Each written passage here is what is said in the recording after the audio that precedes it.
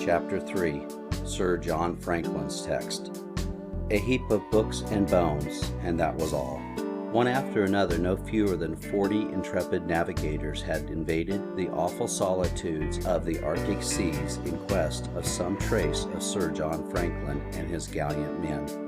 And this was the tardy and meager reward of those long, long years of search. On the snowbound coast of a large but inhospitable island, Sir Francis McClintock discovered an overturned and dilapidated boat. Underneath it, together with a few guns and watches, they found a collection of bones and of books. The men had been more than 10 years dead. Sir John Franklin, it was known from documents found elsewhere, had died upon his ship. His last moments were cheered by the knowledge, which came to him just in time, that the expedition had been successful and that the long-dreamed-of Northwest Passage had been proved to be a fact. The other members of the expedition, more than 120 men, had made an attempt to save their lives by an overland dash. The natives had seen that shadowy and wavering line of wanderers. They were very thin, the Eskimos said, and could with difficulty stagger along. With every mile, some fell out and lay down in the snow to die. Others, according to an old native woman who met them, seemed to die upon their feet, and they only fell because death had already overtaken them. But of all the members of the Franklin expedition, these were the first whose bones were actually found. And with the bones, some books. It was the bones that principally interest their discoverers. It is the books that must principally interest us. For some of these saturated and frozen volumes were once the personal property of Sir John Franklin. Do they not still bear his name? One of them is a battered copy of Dr. John Todd's student manual. Sir John has turned down a leaf in order to mark a passage that appears on almost the last page of the book. Are you not afraid to die? No. No. Why does the uncertainty of another state give you no concern? Because God has said to me, Fear not, when thou passest through the waters, I will be with thee, and through the rivers they shall not overflow thee. There, as though his frozen finger pointed to it, stands Sir John Franklin's text. The waters, the beckoning, challenging waters, when thou passest through the waters. From his earliest boyhood, the waters had called him. He lived in an inland town. His parents designed him for the church. He was to be a bishop, so they said. But a holiday at the seaside makes all the difference. He walks up and down the sands, looking out on the infinite expanse of water. He climbs the broken cliffs, and shading his eyes with his hands, watches the great ships vanish over the distant skyline. The unseen taunts his imagination. It alters the whole course of his life. The sight of the sea awakens a tempest of strange passions in his soul. Distant voices call him, and distant fingers beckon. To be a sailor, to be the first that ever burst into some silent sea. His fancy catches fire at the very thought of it. The waters, the call of the waters. When thou passest through the waters, he yields himself to the impulse that he scarcely has the power to resist. He gives himself to the waters, and he learns the business of seamanship from the most distinguished masters of all time. With Matthew Flinders, the most audacious and the most unfortunate of our Australian explorers, he circumnavigates this great continent, whilst at Copenhagen and Trafalgar he fights beneath the greatest sailor since the world began. He makes friends, too, with men who have sailed with Captain Cook, from one of whom, Sir Joseph Banks, he catches the inspiration that sends him cruising into the Arctic seas.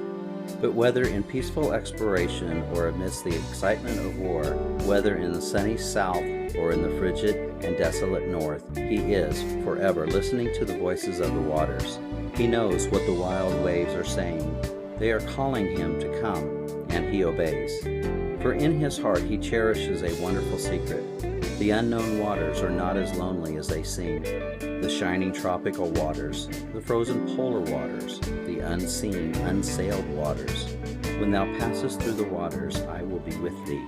The delightful eyes of Franklin behold a sea of significance in that. A dauntless explorer and a brilliant discoverer was Franklin. But by far the most fruitful discovery of his adventurous life was made in 1820. He was then in his 35th year and was undergoing his first experience of the icebound north. He was in charge of the overland section of the expedition and was compelled to winter at Fort Enterprise, a desolate spot halfway between the Great Bear Lake and the Great Slave Lake. It was a weird experience, so cold, so dark, so still. In a letter to his sister written from this outlandish solitude, he speaks of the astonishing way in which, during the intense Arctic silence, his Bible breaks with new beauty upon him. It is not the same book. The surprises grow in novelty and wonder every day. Everything in the sacred volume, and especially the central story, the story of redeeming love, acquires a new glory in his enraptured eyes. In this hushed wilderness of snow and ice, he has abundant time for thought.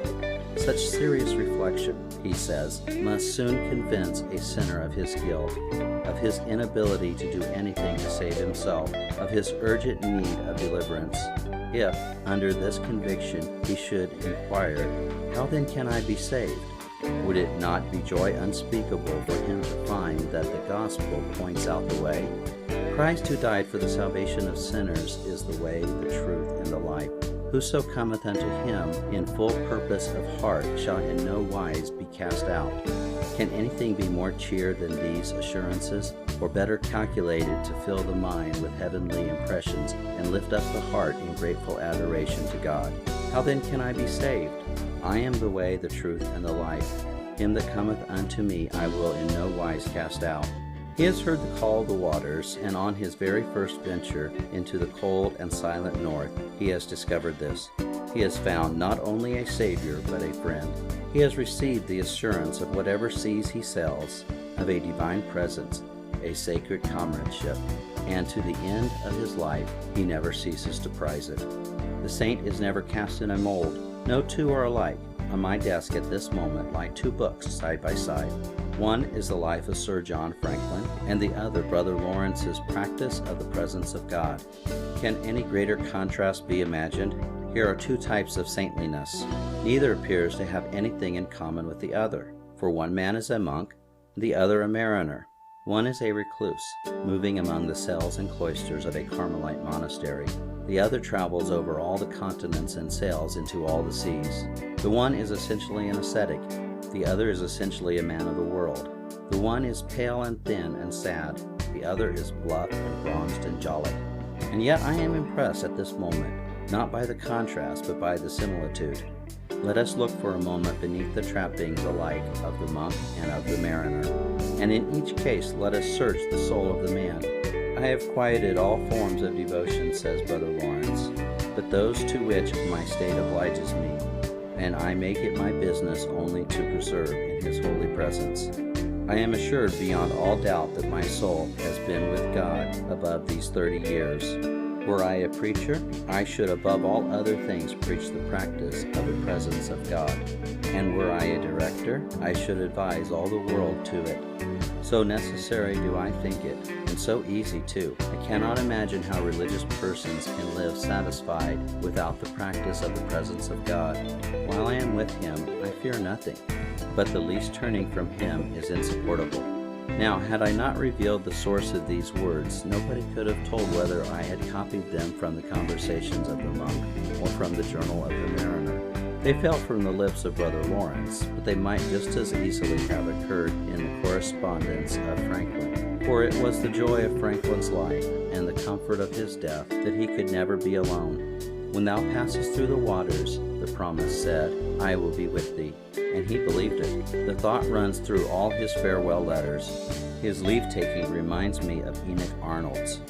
Keep everything ship-shape, for I must go, and fear no more for me, for if you fear, cast all your cares on God. That anchor holds. Is he not yonder in those uttermost parts of the morning? If I flee to these, can I go from him? And the sea is his. The sea is his. He made it. On the night before the ship sailed on that last fatal voyage, he expressed his confidence in the divine care. In all the blunt sermons that he preached to his officers and men amidst the ice, the same thought was always uppermost. And the book, with the leaf turned down and the text, shows that his confidence held out to the last. The white, white waters, the cruel and pitiless waters, the all-engulfing waters. When thou passest through the waters, I will be with thee. And life and in death, the anchor held. Yes, the anchor held, but the strain upon it was at times terrific. What test, for example, can be more severe than the test of slow starvation? And more than once, Franklin's faith was subjected to that terrible ordeal. The ragamuffins in the London streets used to call Franklin the man who ate his own boots, and he lived to laugh with them at the joke. But it was grim enough experience at the time. The horror of it invaded his sleep for years afterwards. They are out amidst the snowy vastness of the interior when the food fails. They divide into two parties. Franklin leads the stronger men in an attempt to find provisions, while Dr. Richardson remains to nurse the more exhausted members of the expedition.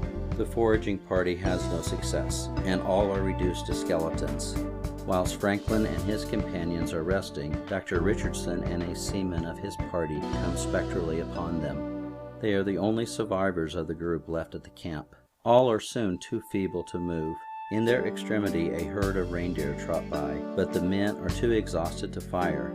Franklin remembers the promise and with thin and wavering voice leads the party in prayer. And this is the next entry in his journal. November 7th, 1821. Praise be to the Lord. We were this day rejoiced at noon by the appearance of Indians with supplies. Old Franklin, so wrote his midshipman of his friends at home. Old Franklin is an excellent, good old chap and very clever. We are all delighted with him. He is quite a bishop. We have church morning and evening on Sundays, the evening service in the cabin to allow the attendance of the watch that could not be present in the forenoon. We all go both times. The men say they would rather have him than half the parsons in England. For, after all, there is no eloquence like the eloquence of conviction, and out of the depths of a great and wonderful experience, Sir John addressed his men. The waters, the wide, wide waters, the waves on which the Lord was always walking. When thou passest through the waters, I will be with thee. The cable often quivered, but the anchor held. When thou passest through the waters, I will be with thee. Franklin found the Lord walking on all the waters. Lying on my desk is an ancient map of the world which an old pilot showed to Henry VII in the year 1500. One or two continents are missing, but there are ample compensations, for all over the unexplored territory I find written, here are dragons, here are demons, here are sirens, here are the savages that worship devils, and so on. But on his map of the world, Franklin wrote across the unknown lands and all the uncharted sea, here is God. When thou passest through the waters, I will be with thee. And he always found him there. When thou passest through the waters, I will be with thee. Who shall doubt that when, at last, he set out upon that strange voyage on unknown seas which, sooner or later, we must all undertake, he still found the promise true. When Lord Tennyson was asked to write an inscription for the moment in Westminster Abbey, he composed the lines that are recorded as one of the real adornments of the Abbey. Not here, the white north hath thy bones, and thou, heroic sailor soul, art passing on thy happier voyage, now towards no earthly pole. Passing on thy happier voyage? When thou passest, I will be with thee. Who, I say, can doubt the presence divine on those uncharted waters? When in 1875, at the age of 83, Lady Franklin passed away, Dean Stanley added a postscript to Lord Tennyson's inscription. It declared that the monument in the Abbey was erected by his widow, who, after long waiting and sending many in search of him, herself departed to seek and to find him in the realms of light. Thus, he who is with each of his voyagers when they sail upon strange waters brings them safely home and safely together, and, in the bliss of arrival and reunion, the fierce storms and the long separation are alike forgotten. End of chapter 3.